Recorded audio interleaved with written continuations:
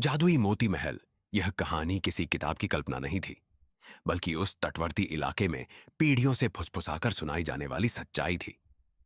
ऐसी सच्चाई जिसे लोग जानते थे, पर मानने से डरते थे। समुद्र के किनारे बसा वह गांव दिन में बिल्कुल सामान्य लगता था। मछुआरे जाल डालते, बच्चे रेत में खेलते, और शाम ढलते ही घरों से दियों की हल्की रोशनी झिलमिलाने लगती। लेकिन जैसे ही रात के 3 बजते, समुद्र का रंग बदलने लगता। पानी गहरा नीला नहीं, बल्कि किसी जीवित रोशनी की तरह चमकने लगता।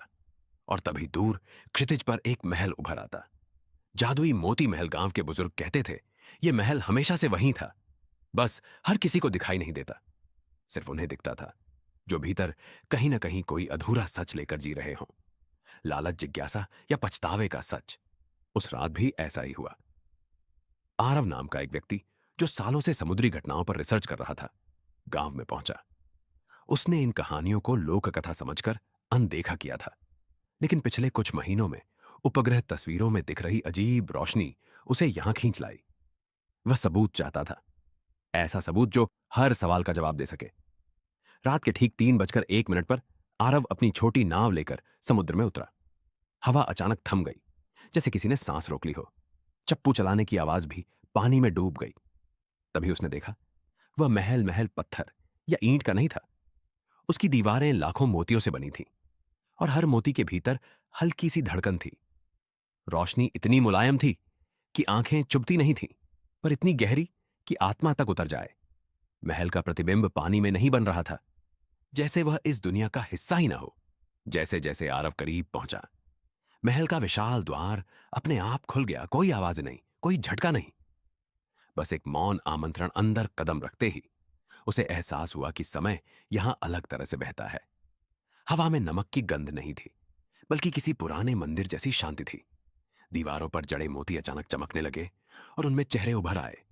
कुछ चेहरे डर से सिमटे थे, कुछ में लालच था, और कुछ में अजीब सी तृप्ति। आरव समझ गया, ये सिर्फ सजावट नहीं थे, ये लोग थे।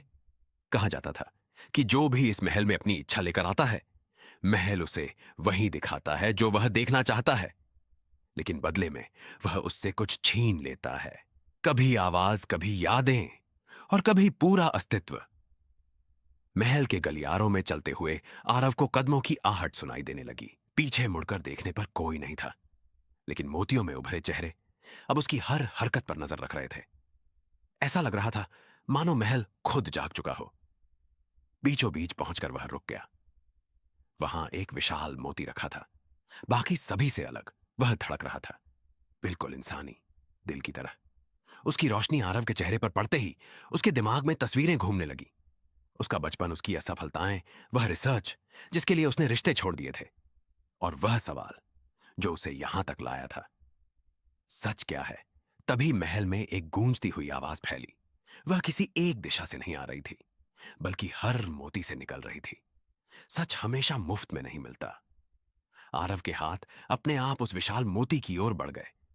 जैसे ही उसकी उंगलियां मोती को छूती हैं, पूरी जगह कांप उठती है। दीवारों में जड़े मोती तेजी से चमकने लगते हैं, और उनमें कैद चेहरे चीखने लगते हैं। बिना आवाज के उसी पल आरव को एहसास होता है, यह महल इच्छाओं से नहीं, बल्कि इंसानी कमजोरियों से बना है। हर मोती एक कहानी है, हर चमक एक कुर्बानी। वह मोती धीरे धीरे ठंडा पड़ने लगता है, और आरव की आंखों के सामने अंधेरा छाने लगता है। सुबह जब गांव के मछुआरे समुद्र में निकले, तो उन्हें कुछ अजीब दिखा। उस जगह जहां रात को रोशनी दिखी थी, अब सिर्फ शांत पानी था। न कोई महल, न कोई नाव, बस एक छोटा सा मोती पानी पर तैर रहा था। जब एक मछुआरे ने उसे उठाया, तो उसने देखा मोती के भीतर एक आंख खुली हुई थी। डर से उसने मोती वापस समुद्र में फेंक दिया।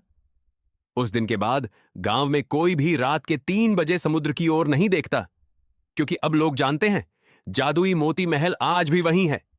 वह सच ढूंढने वालों का इंतजार करता है, और जो भी वहां जाता है, वह खुद एक कहानी बन जाता है।